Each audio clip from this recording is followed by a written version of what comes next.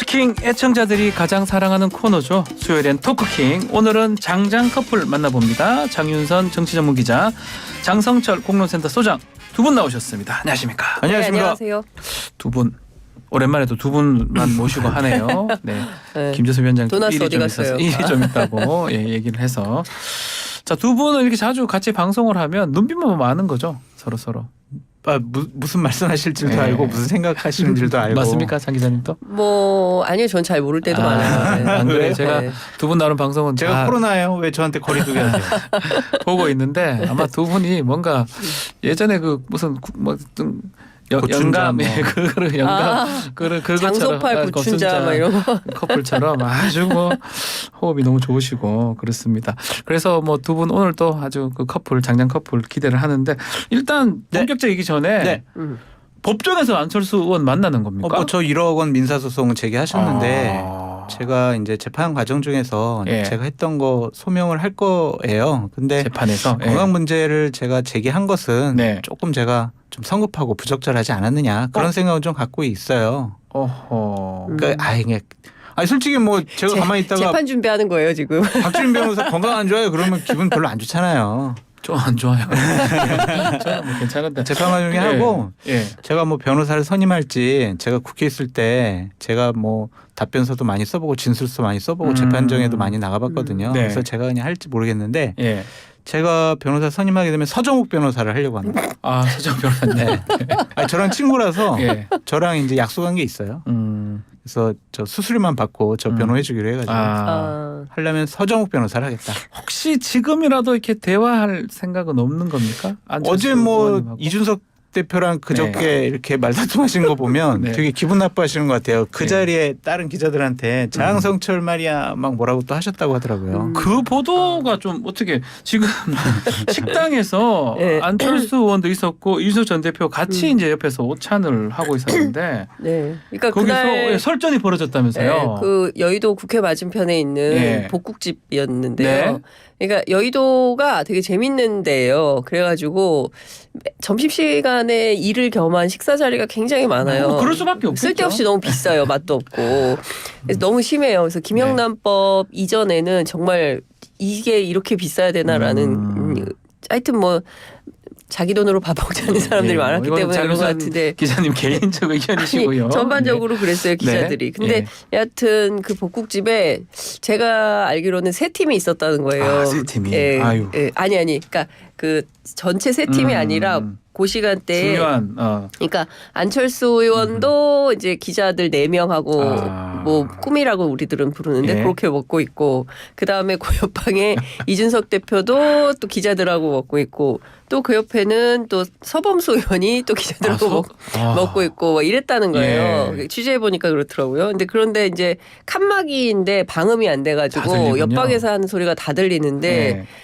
한 20분을 얘기를 하더래요. 그래서 이준석 대표가 듣고 있다가 이제 고함을 치면서 안철수 씨 뭐 조용히 하세요. 밥 좀 먹읍시다. 뭐 이렇게 했다는 건데 중요한 포인트는 예. 소리를 질렀잖아요. 네. 그럼 들었을 거 아니에요. 그럼 안철수 의원이 그만해야 되잖아요. 어머 옆에 이준석 대표 있네. 그만해야 되잖아요. 계속 했다는 거예요.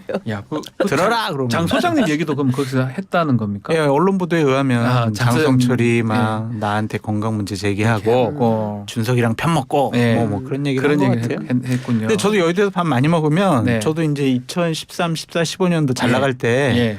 밥집에 가면 들어보면은 많이 듣던 목소리 제 얘기를 하고 막 제 욕도 해요. 그러면은 가만히 있어야지 이렇게 예. 몰래 듣거든요. 듣기 마련이죠. 근데 이준석 대표는 좀 직접적인 문제 제기를 한 것 같습니다. 이준석 대표 측에서는 장난기도 좀 발동했다 뭐 이런 얘기도 하더라고요. 또 예, 그런 것도 그래서 있는데. 진짜 너무하네 이러면서 이제 막 했는데 거기서 포인트는 굴하지 않고 계속 하더라. 아니, 만약에 안철수 옆에 대표가. 있는 줄 알았으면 차라리 칭찬을 좀 해주시지. 그거 혹시 알았을 것 같기도 한데요. 아니, 누구는 또 그러더라고요. 예. 굳이 뭐 그러냐 다 듣고 난 다음에 그러니까. 나가면서 문 열고 잘 들었습니다. 그랬으면 안철수 대표가 더 민망했을 텐데 꼭 그렇게 거기서 밥 먹다가 고함을 쳤어야 됐냐 뭐 이런 얘기도 하고 예. 뭐 자기도 똑같이 씹었을 거다 이런 얘기하기도 하고 여의도에서만 여의도 있는 식당에서만 있을 수 있는 일들이 어제 보도가 됐는데 아마 잠깐 좀 질문 드려봤고요. 근데 이거 쓴 배경도 되게 웃겨요. 어떻게 봐야 됩니까? 왜냐하면 이게 그냥 최근에 기자들이 밥 먹으면서 한 얘기는 별로 기사로 잘 쓰지 말자 이런 게 있었는데 네. 이제 한 회사가 이제 어쨌든 정보 보고는 다 하거든요. 그렇죠. 오늘 점심시간에 아무개 정치인을 만나서 뭐 이런 얘기를 들었다라고 각사의 정보 보고가 다 올라간 거예요. 근데 예. 이제 어느 회사의 데스크가 야 이거 쓰자 이렇게 된 거죠. 그래가지고 어디가 쓴대요 이래가지고 다 쓴. 다 따랐어요. 예, 그래서 지금 네이버 제일 뜨거운 뉴스가 이거라고 그래서 그러죠. 저희가 질문을 좀 드려봤고 또 대상자가 계시서 더 질문을 한번 드려봤습니다. 네. 자, 지금 윤석열 대통령 얘기를 좀 해보면 어제 대구를 갔습니다. 2주 만에 박근혜 전 대통령 만나는 상황인데 순방 직후에 안동에 갔었고 또 대구 TK 행이 좀 잦아졌다. 또 어제 이곳에 오니까 힘이 난다. 이렇게 얘기를 했습니다. 어떻게 봐야 됩니까? 홈그라운드잖아요. 거기 본인 응원하는 분들이 많이 있잖아요. 네. 그래서 눈빛만 봐도 악수만 해봐도 따뜻한 온기를 느낄 수 있을 거 아니에요. 그래서 힘을 받고 싶어 하는 부분도 있었을 것 네. 같고 또 약간 좀 흔들리고 있는 TK의 민심을 좀 다시 잡아야 되겠다. 그런 생각도 있었던 것 같고 네. 또 하나는 내년에 뭐 우병우, 최경환 아하. 이렇게 친박 인사들이 출마하려고 하니까 예. 내년 총선 때 대구 경북이 분열되는 거 아니야? 이거 좀 막아야 될 것 같아. 음흠. 그러면은 뭐 시장도 가고 행사도 참석하고 박근혜 전 대통령 만나고 거기서 박정희 전 대통령 칭찬도 하고 이렇게 해서 좀 TK 민심을 다독이는 음흠. 그러한 행사가 아니었느냐라는 생각이 듭니다. 더 갈 것 같습니까? 어떻습니까? 자주. 대구에 예, TK. 필요할 때마다 가겠죠. 그런데 저는 이제 몇 가지 좀 지적을 하고 예? 싶은데 첫 번째 왜 이렇게 대구만 적극적으로 가시냐.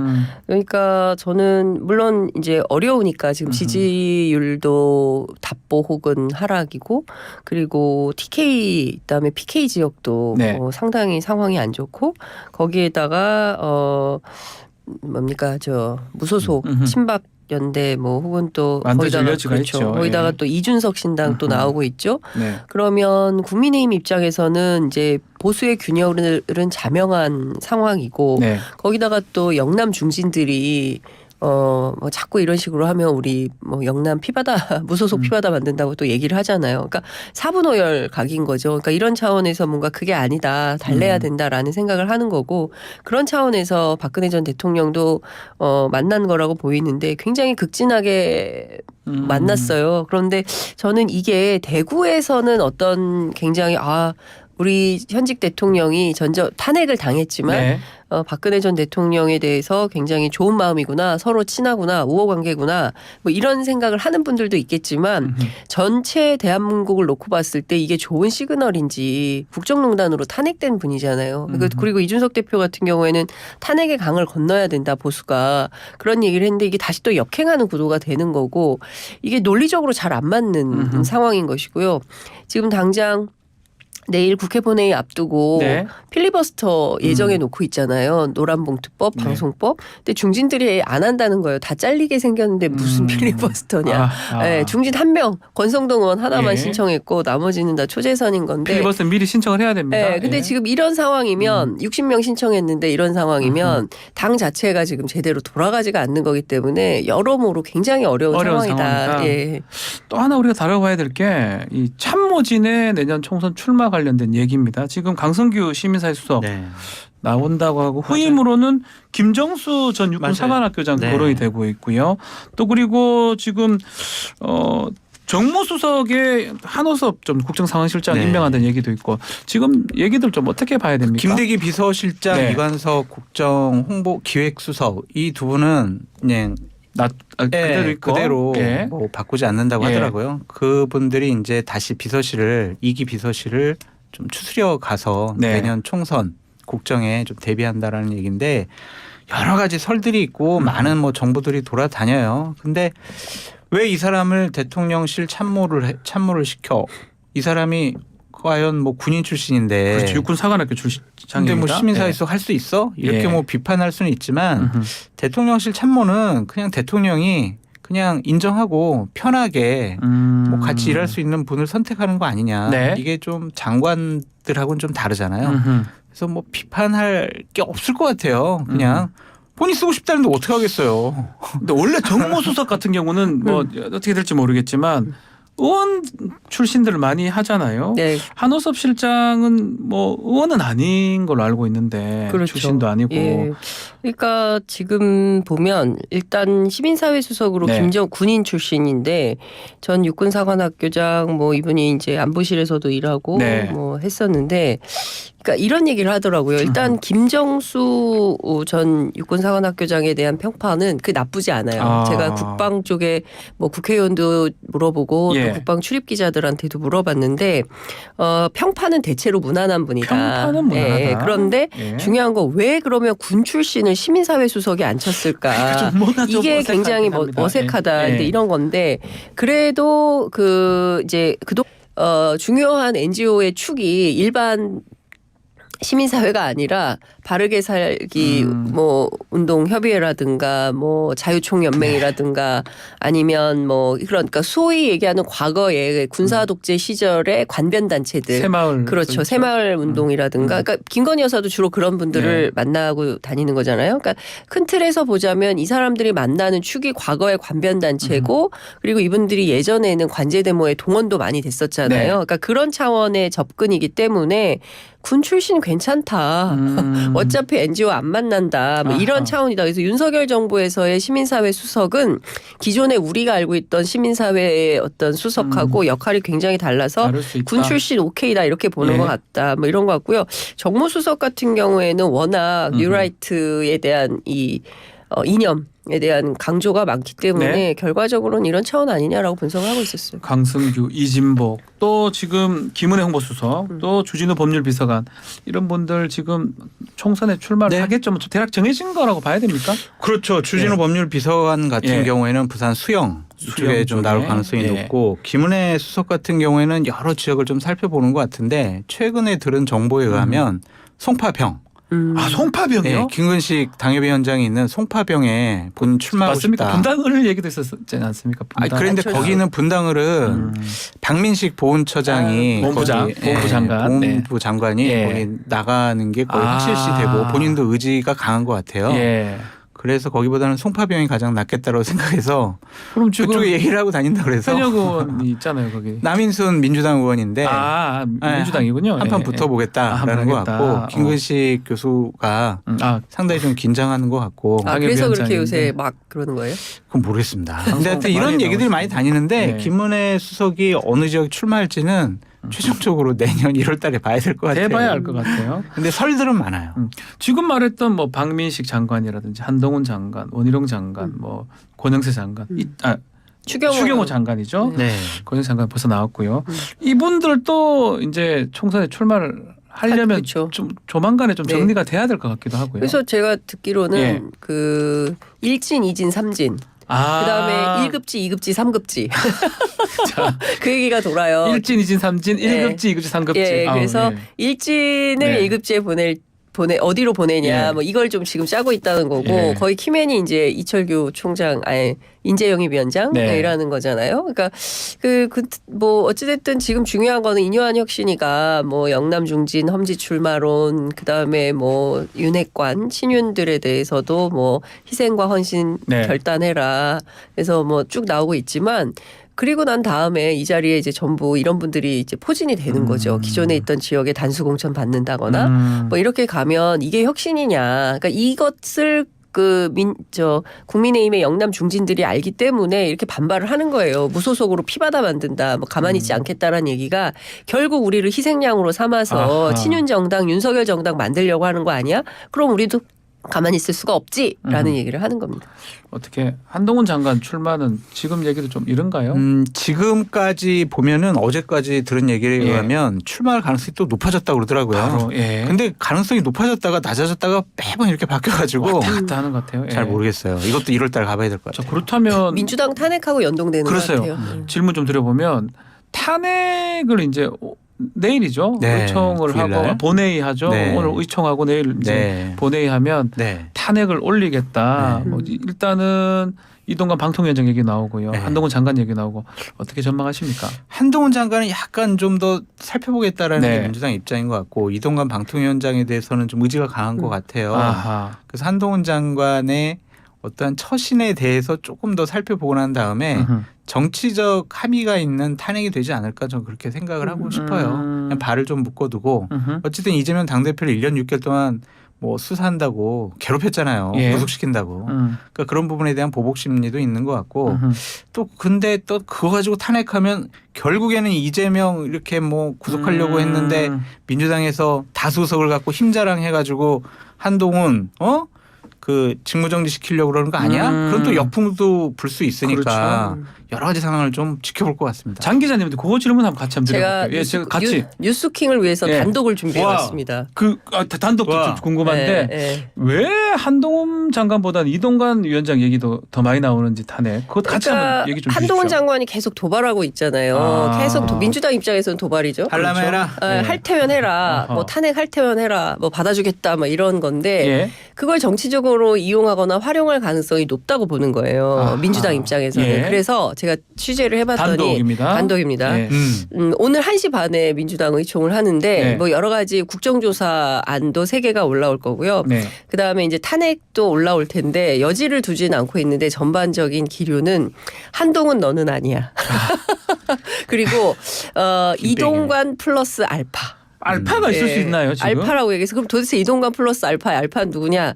이거는 지금 얘기할 수 없어요. 이거는 아. 의총 후에 개봉박두 뭐 이제 이렇게 되는데 어찌됐든 지금 장관 중에 그게 알파가 될 수 있는 사람이 제가 저도 그래서 누구지 막 이렇게 했는데 전혀 떠오르지가 않는데요. 예, 저도 전혀 떠오르지 않는데 하여튼 한동훈 누구지 예, 이동관 플러스 알파 얘기를 하고 있고요. 한동훈 장관은 아닌 것 놔두고. 같아요. 예, 왜냐하면 그리고 오히려 민주당 입장에서 한동훈 장관 탄핵을 걸었을 때 정치적 역풍도 있을 수 있고요. 그리고 민주당에서 지금 정치적으로 가장 뜨겁고 예민하게 보는 것은 이준석 신당이에요. 예. 이준석 신당이 나왔을 때 민주당을 지지했던 중도 유권자들 사이에서 표가 어디로 갈린다. 가느냐. 그렇죠. 예. 이거는 민주당에도 리스크가 되고 국민의힘에도 리스크가 되는데 물론 이제 국민의힘이 더 크겠지만 네.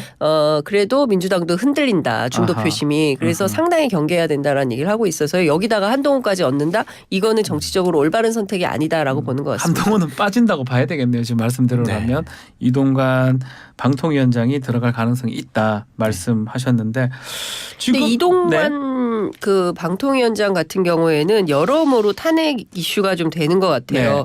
뭐 언론 보도에도 많이 나왔지만 KBS 이사회 그 위법한 사장 선임 문제 이걸 그냥 방치했다는 거 그리고 방심위 직권남용 네. 방통위와 관련된 거고요. 방문지법 위반한 거 있고요. 특히 이 뉴스타파 인터넷 언론 방심위 심의 대상 여부로 넣은 거 있지 않습니까? 네. 그러니까 그 방심위가 인터넷 언론사의 보도 그러니까 뭐 영상 뭐 이를테면은 뭐 뉴스타파가 뭐 검찰 특활비 관련해서 무슨 보도를 했는데 이게 문제가 있을 때는 이거를 가짜 뉴스 여부를 정보통신망법을 근거로 해서 심의를 네. 한다는 거거든요. 근데 이거 자체가 말이 안 된다. 위헌적이다라는 얘기가 나오고 있고요.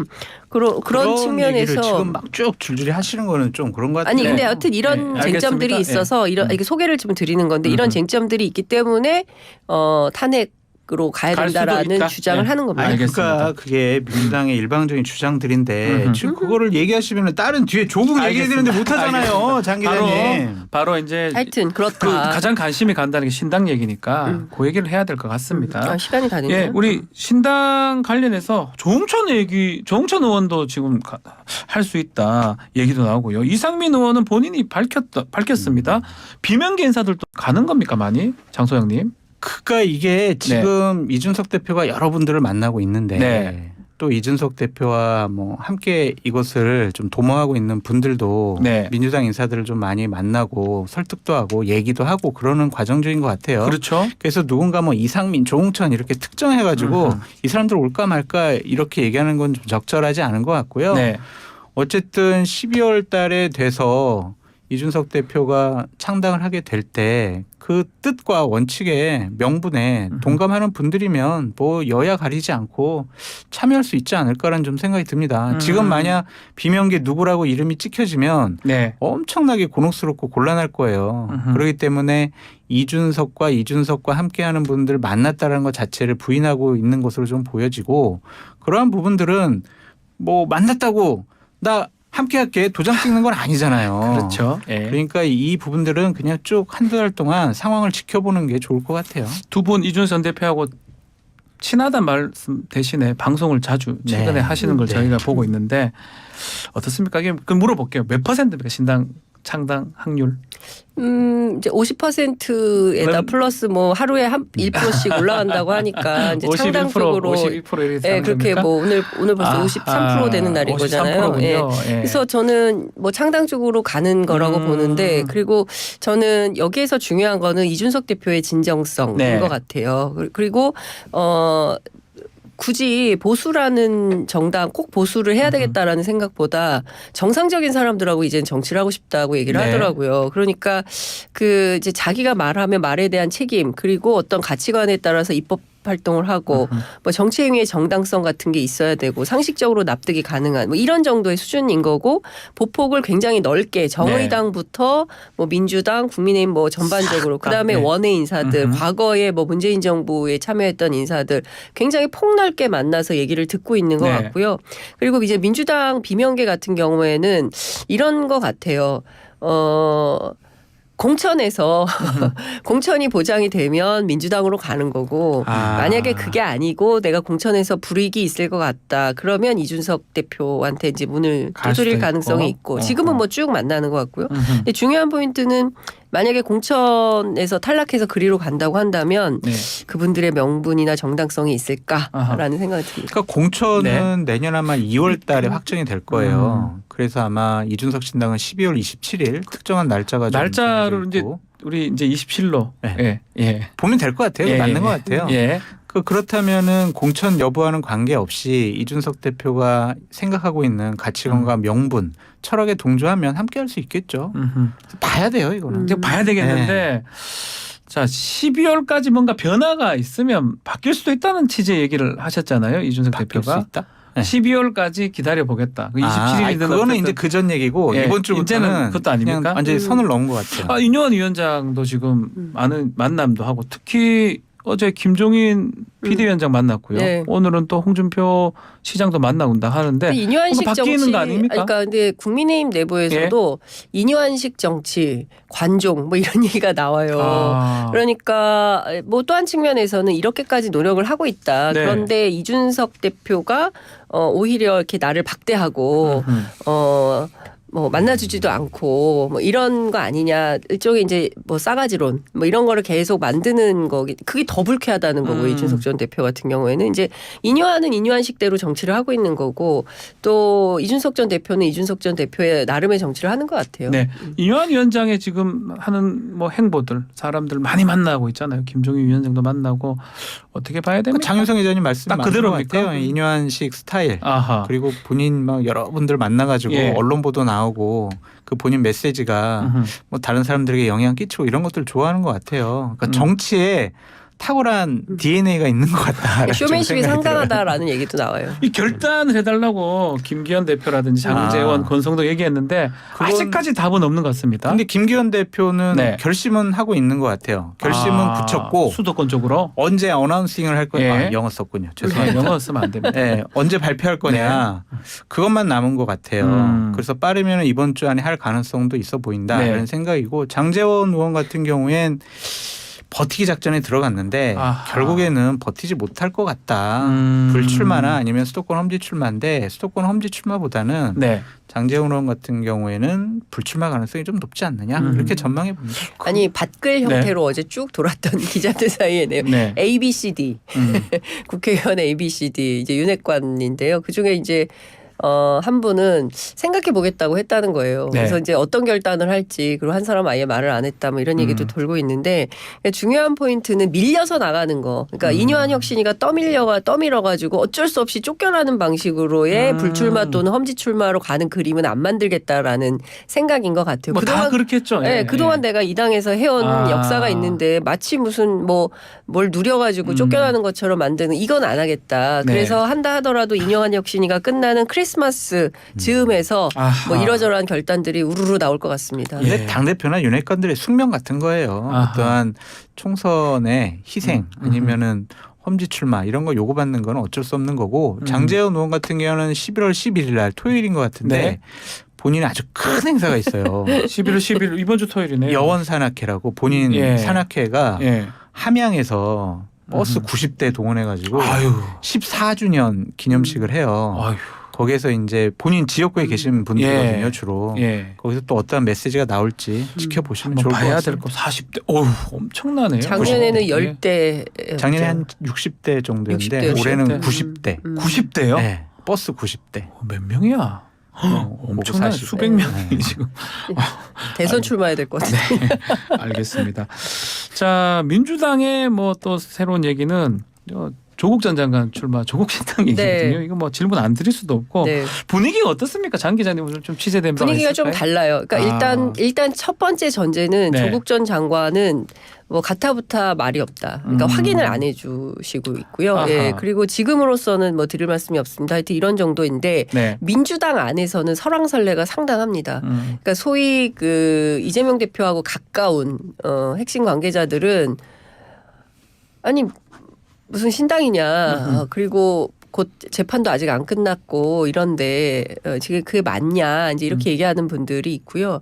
반면 이제 친문 소위 얘기하는 과거 문재인 정부에서 같이 일을 했던 청와대 출신들이라든가 장관 출신들은 플러스 요인이 될 거다 우리 당에. 그러니까 이재명이라는 상수 하나만 있는 게 아니라 조국이라는 대안이 또 있다. 뭐 이런 그림을 만들 수도 있고 플러스가 지지자들에게는 상당히 큰 영향력을 미칠 수 있으며 지금 상황에서 민주당에서 공천받기 어렵다고 한다면 신당 만들어서 정치 시작할 수 있는 거 아니냐. 그게 명예회복의 지름길 아니냐 이런 얘기를 합니다.